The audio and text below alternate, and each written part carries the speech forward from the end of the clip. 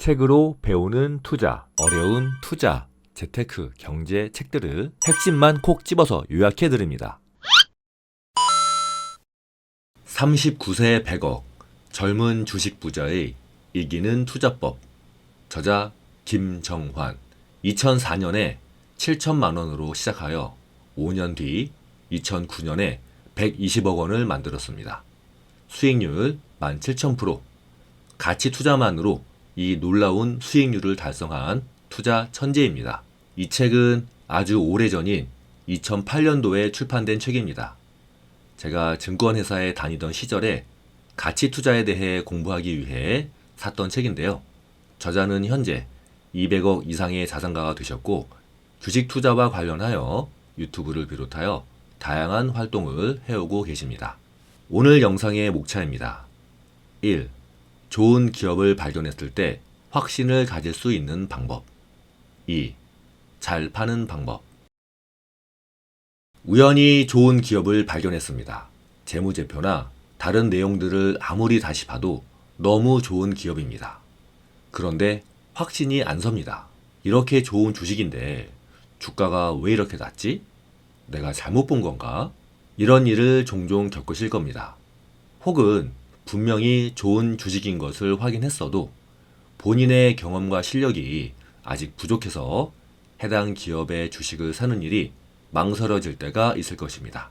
저자는 아래의 5가지 중에서 한 가지라도 해당하면 확신을 가지고 이 회사의 주식을 살 수 있다고 말합니다. 대주주 지분 증가, 자사주 취득, 큰 규모의 수급 유입, 좋은 자회사 보유, 테마 형성. 저자는 이 5가지를 끼라고 부릅니다. 끼는 주가를 상승시키는 요인입니다. 위에서 말한 것처럼 해당 기업에 대해 확신이 서지 않거나 본인의 실력에 대해 확신이 서지 않을 때 해당 회사가 이 5개의 끼 중에서 하나라도 해당이 된다면 이 끼를 담보로 그리고 이 끼를 믿고 확신을 가지고 해당 주식을 매수할 수 있습니다. 2-3개의 끼에 동시에 해당되면 더욱 좋겠죠. 그리고 이 끼를 남들보다 미리 알 수 있다면 선취매를 통해 더 큰 수익을 올릴 수도 있습니다. 지금부터는 이 5가지 끼에 대해 보다 자세히 알아보겠습니다. 1. 대주주 지분 증가. 대주주가 회사의 주식을 사서 지분을 늘린다는 것은 무슨 의미일까요? 간단합니다. 현재 회사의 가치에 비해 주가가 너무 낮다고 판단했거나 앞으로 주가가 크게 상승할 것으로 예상했기 때문입니다. 따라서 회사의 가치가 너무 좋은데 확신이 안 서서 매수를 주저하고 있을 때 대주주 관계자, 대표이사 같은 임원들이 지분을 매입하면 확신을 갖고 매수하세요. 대주주 지분 매입은 최대 주주 매수, 최대 주주 지분율 증가라고 검색하면 쉽게 찾을 수 있습니다. 간혹 적대적인 M&A에 대비하여 대주주가 지분을 늘리는 경우도 있는데 이것 역시 마찬가지입니다. STX는 특수 관계자들이 매수한 이후에 주가가 100배 이상 상승했습니다. 2. 자사주 취득은 회사가 자사 주식을 매수하는 것을 뜻합니다. 자사주 취득은 기업 가치가 현저히 낮게 형성되었을 때 주가 하락을 방어하는 것이 주 목적입니다. 따라서 일반적으로 주가에 긍정적인 영향을 미칩니다. 회사가 주식시장에서 직접 매수를 하거나 혹은 다른 금융기관에게 신탁을 맡겨서 간접적으로 매수합니다.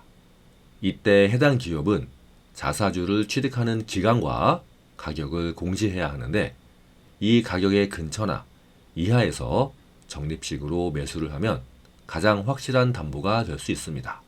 뉴스나 공시에서 자사주 취득으로 검색하면 자사주를 취득하는 기업들에 대해서 찾을 수가 있습니다. 포스코는 4,500억 원의 자금으로 자사주를 취득하였고 자사주 취득이 종료된 이후에 주가는 큰 상승을 보여주었습니다. 3. 큰 규모의 수급 유입.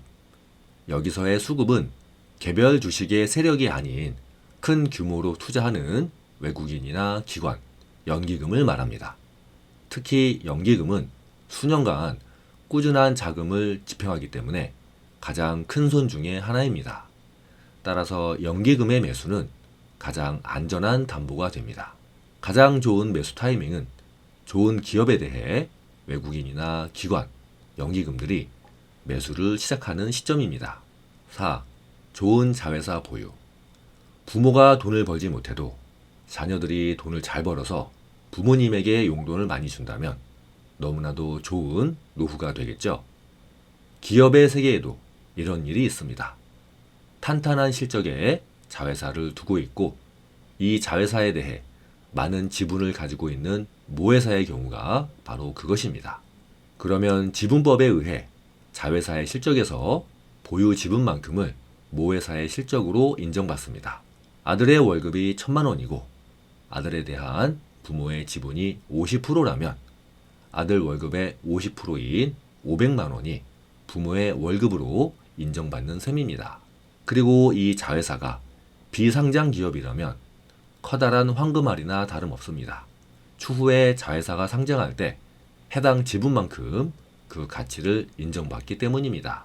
따라서 좋은 기업을 발견했다면 반드시 모회사, 자회사 여부와 그 관계에 대해 확인해 보는 것이 필요합니다. 과거 웅진 코웨이와 웅진 싱크빅이 엄청난 성장을 할 때 모회사인 웅진홀딩스의 주가 역시 비례해서 상승하였습니다. 5. 해당 회사의 내용과 연관되어 주식시장에서 특정 테마로 엮인다면 운이 좋게 갑자기 주가가 급등할 수도 있습니다. 따라서 해당 기업의 주식이 예전에 특정 테마로 급등한 이력이 있는지 살펴보는 것이 좋습니다. 그러면 다음에 또 그 테마가 형성되어 해당 테마주들의 주가가 급등할 때 이 회사의 주식도 같이 급등할 수 있기 때문입니다. 좋은 실적을 나타내고 있던 삼천리 자전거는 갑자기 남북 경협 테마로 엮이면서 3,000원이던 주가가 한 달 만에 6,000원이 되었습니다. 하지만 테마주는 급등 이후에 급락할 수 있기 때문에 항상 경계하고 위험 관리를 해야 합니다. 지금까지 5가지 끼에 대해 알아보았습니다. 가장 중요한 것은 아무리 끼가 좋을지라도 회사 자체적으로 좋은 회사여야 한다는 것입니다. 재무구조가 탄탄하거나 실적이 뒷받침되는 회사에서 이런 끼가 발견되었을 때 확신을 가지고 사는 것이지 재무구조와 실적이 안 좋은 상태에서 끼만 믿고 주식을 사서는 안 됩니다.